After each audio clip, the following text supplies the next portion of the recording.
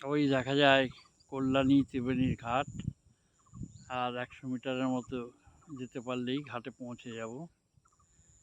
সুন্দর রাস্তা হয়েছে, কুম্ভ মেলার পর রাস্তাটির যথেষ্ট উন্নতি হয়েছে বোঝা যায়। যাই হোক, আমরা দেখছি জীব বৈচিত্র্য বা উদ্ভিদ বৈচিত্র্য। সামনে হোগলা গাছের বন। এই হোগলা গাছের বনে এই সমস্ত জায়গাগুলি পরিব্যাপ্ত ছিল এক সময়, আস্তে আস্তে সেগুলো কমে গেছে।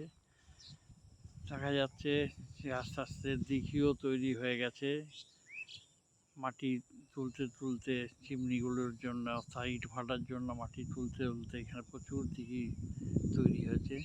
সেই জলে প্রচুর মাছ হয়। একটি কাঙচিল আমাদের সামনে দাঁড়িয়ে আছে খুঁটির উপরে, সে মাছ ধরার জন্য অপেক্ষা করছে। মাছ এলেই কিন্তু সে উঠে পড়বে। কাজেই এই জায়গার বৈচিত্র্য কিন্তু সুন্দর ধরনের বৈচিত্র্য দেখা যাচ্ছে।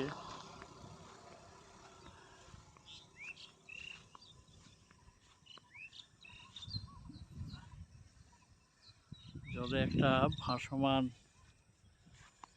জিনিস দেখতে পাচ্ছি, অনেকটা কুমিরের মতো মনে হচ্ছে। এখানে পানকৌড়ি ডুব দেয় মাছ খাওয়ার জন্য, সেটাও দেখতে পাচ্ছি। যাক, চতুর্দিকে একটা এই জায়গায় শান্তির নীড় মনে হচ্ছে আছে, সহাবস্থান আছে বিভিন্ন পাখি, মাছ, জলজ প্রাণীর সাথে। চুপটি করে বসে আছে কুমিরের মতো একটি প্রাণী, জানি না ওটা কি ধরনের প্রাণী। দেখুন কিভাবে মাথা তুলে মাঝে মাঝে আবার ডুবে গেছে।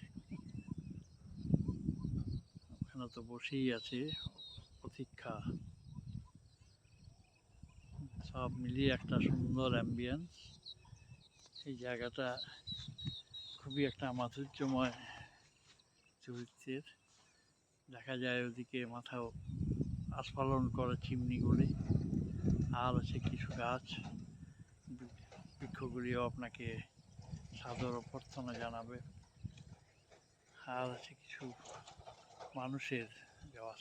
আগে এই ঘাটটি খুব পরিচিত ঘাট ছিল, কিন্তু নৌকা বন্ধ হওয়ায় নৌকা চলে না, সেই জন্য লোকের যাওয়া আসাটাও কমে গেছে।